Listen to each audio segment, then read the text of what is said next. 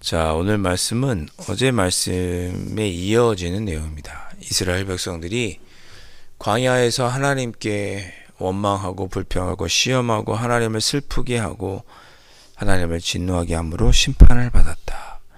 하나님의 심판이 있다는 것을 기억하라. 이런 말씀이 어제 말씀이었습니다.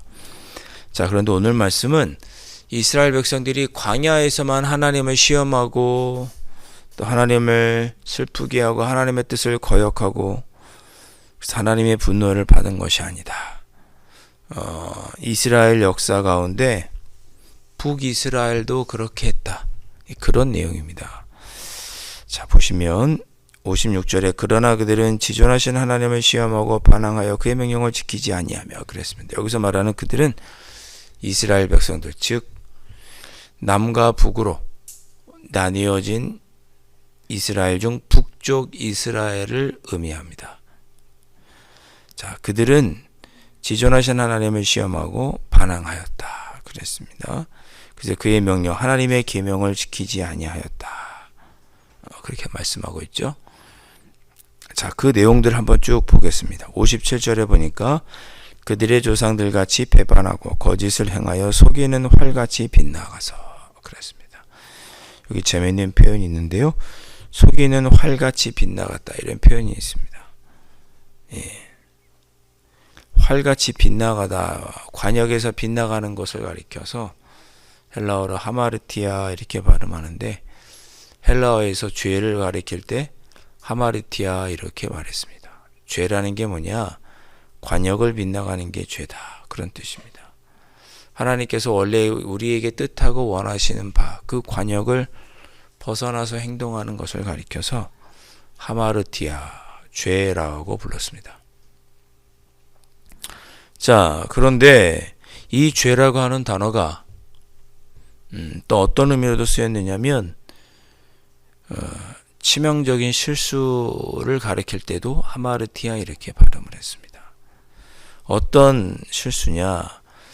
주인공이 죄를 지어서 몰락하게 되는 것, 주인공이 죄를 지어서 몰락하게 되는 치명적인 실수를 가리켜서 하마르티아 이렇게도 발음을 했습니다. 관역을 빗나가는 것, 그래서 치명적인 삶의 실수를 해서 결국 몰락하게 되는 큰 실수를 가리켜서 하마르티아, 관역을 빗나갔다, 죄라고 불렀습니다. 그러니까 이스라엘 백성들이 어떻게 했어요? 조상들 같이 배반하고 거짓을 행하고 하나님의 뜻대로 살지 못해서 결국 몰락하게 되었다라는 뜻이 57절의 표현입니다. 여러분, 죄를 우리는 굉장히 가볍게 생각합니다. 왜요? 우리가 죄를 지은 것 때문에 동물을 가지고 와서 직접 우리가 눈앞에서 죽이고 그러지 않죠. 예수 그리스도의 보혈로 말미암아 우리는 구원받았고요. 그리고 하나님의 자녀인 우리들이 하나님의 뜻대로 살지 못한다고 해서 지옥 가는 게 아니잖아요. 우리가 회심하고 하나님의 자녀가 되었지만 그러나 죄를 짓는단 말이에요. 하나님께 우리가 회개하면 또 하나님 용서해 주시죠. 그래서인지 죄를 무섭게 생각하지 않습니다. 사회에서 말하는 범법행위만 하지 않으면 죄를 짓지 않았다고 생각하는 것 같아요. 예수님은 분명히 우리의 마음속에 형제를 미워하고 바보라고 말하고 뒤에서 수근수근거리고 교만하고 이런 거 다 죄라고 하셨거든요. 그런 죄는 어떤 거예요? 조상들같이 배반하고 거짓을 행하고 속이는 활같이 관역을 빗나가는 일이죠. 결국은 멸망하게 되는 그 일이 뭐냐? 죄입니다. 죄. 그런 일 때문에 북이스라엘이 멸망했다고 오늘 성경은 기록하고 있습니다. 58절에 자기 산당들로 그의 노여움을 일으키며 그들의 조각한 우상들로 그를 진노하게 하였으며, 그렇게 하나님의 뜻을 행하지 않을 뿐만 아니라 그 하나님의 뜻을 행하지 않은 대표적인 일이 뭐냐, 그들이 우상을 지어서 우상을 섬긴 일이었습니다. 실제로 북이스라엘은 저기 베델과 단에 두 개의 산당을, 제단을 세우고 거기서 우상을 섬겼죠. 59절 말씀, 하나님이 들으시고 분내어 이스라엘을 크게 미워하사. 여기서 말하는 이스라엘은 북쪽 이스라엘입니다. 크게 미워하셨다. 사람 가운데 세우신 장막과 실로의 성막을 하나님께서 떠나셨다. 그렇게 기록하고 있습니다. 자, 이 실로의 성막이 있었지만 나중에 누가 이 실로 대신 성막을 건축하죠? 성전을 솔로몬이 건축하죠. 그 솔로몬이 건축한 성전이 있는 남쪽 유다를 하나님께서 사랑하셨다는 얘기가 뒤에 67절, 69절 이하에 쭉 나오고 있습니다. 61절에 보시면 그렇게 하나님의 뜻을 배반하고 우상을 섬겼던 그들이 어떻게 되느냐, 61절과 62절에처럼 멸망했다, 그런 것입니다. 그의 능력은 포로에게 다 빼앗기고 그의 소유물도 다 빼앗기고 백성들은 칼에 넘어져 죽고, 63절에 보면 안타까운 소식이죠. 그들의 청년은 불에 살라지고, 그래서 다 남자들이 군에 나가서 죽었으니 결혼할 수가 없는 거죠, 여인들이. 그런 상황을 묘사한 것입니다. 죄를 지어서 이렇게 멸망했다, 그런 거죠. 우리는 그리스도인이잖아요. 저는 목사로서, 또 우리는 그리스도인으로서 나라를 위해서 기도하죠. 그런데 우리는 다른 것을 위해서 기도해야 되는 것이 아니라 정치, 경제, 사회, 이거는 각자 알아서 잘 하겠죠. 우리는 영적인 사람이고 그리스도인으로서 어떻게 기도해야겠어요? 나라와 민족을 해서. 이 나라의 민족이 죄를 짓지 않도록 기도해야죠. 우상을 섬기지 않도록 기도해야죠. 정치, 경제, 경제는 기업인들이 잘 하겠죠. 망하지 않도록. 정치도 잘 하겠죠. 문화계에 있는 사람들이 잘 하겠죠. 우리는 무엇을 위해서 기도해야 돼요? 그들이 죄에 물들지 않도록, 대한민국이 죄에 빠지지 않도록 기도해야죠. 그럼 우리나라가 죄에 빠지면 아무리 부유해도 성경은 분명히 말씀하잖아요. 하나님께서 멸망시키실 거라고. 실제로 북이스라엘은 남유다보다 항상 잘 살았습니다. 왜요? 땅도 넓었고 평야가 많았거든요. 바닷가도 옆에 있어서 무역하기도 좋았습니다. 항상 북이스라엘이 잘 살았어요. 남쪽 유다는 평야도 별로 없고 다 사막지대였습니다. 요나가 활동했던 여로보암 2세 때는 북쪽 이스라엘의 아주 권력이 막강했습니다. 아합 왕 때도 권력이 막강했습니다. 그러나 그들이 경제적으로는 부유하고 그랬는지 몰라도 하나님을 섬기지 않고 우상을 섬겼죠. 결국 먼저 망한 것은 북이스라엘입니다. 150년 정도 먼저 망하죠. 죄가 문제입니다. 죄. 64절, 그들의 제사장들은 칼에 엎드러지고 그들의 과부들은 애곡도 하지 못하였도다. 참혹하게 멸망하는 모습을 표현하고 있습니다. 65절, 그때 주께서 잠에서 깨어난 것처럼 포도주를 마시고 고함치는 용사처럼 일어나사. 그렇게 북이스라엘이 멸망하지만 그럴 때 하나님이 일어나셔서 그의 계덕들을 쳐 물리쳐서 영원히 그들에게 욕되게 하셨도다. 역사적으로 심판은 하나님의 뜻이죠. 그래서 67절에 요셉의 장막을 버리시며 에브라임 지파를 택하지 아니하시고, 북이스라엘을 의미합니다. 68절에 유다 지파와 그의 사랑하시는 시온산을 택하시며, 북이스라엘은 멸망하도록, 죄 가운데 멸망하도록 심판하시고, 그러나 그래도 그가 사랑하시는 다윗이 있었고, 사랑하시는 시온산, 성전이 있었던 시온산, 남쪽 유다는 선택하셨다, 그런 뜻입니다.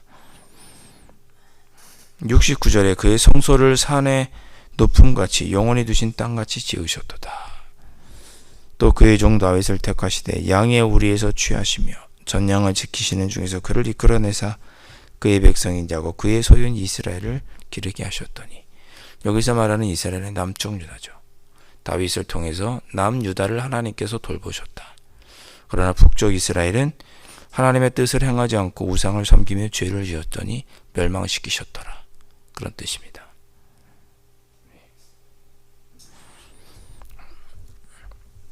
사랑하는 성도 여러분, 내일은 6.25입니다. 제가 지난 주일에도 설교를 드렸죠. 말씀을 이렇게 나눴습니다. 한국전쟁 당시, 6.25 당시 우리 한국교회는 이 6.25 전쟁이 하나님을 대적하는 일이요, 그래서 하나님께서 대신 악한 세력들을 싸우시는 전쟁이라고 우리 한국교회는 당시에 생각했습니다.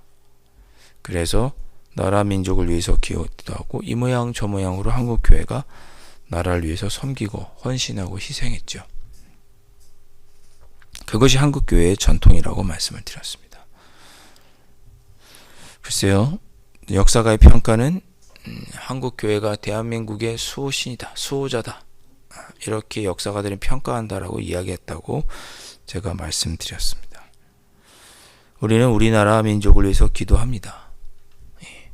경제력이 부강해지고 군사력이 높아지고 하나님께 이 나라의 민족을 지켜주시기를 기도합니다.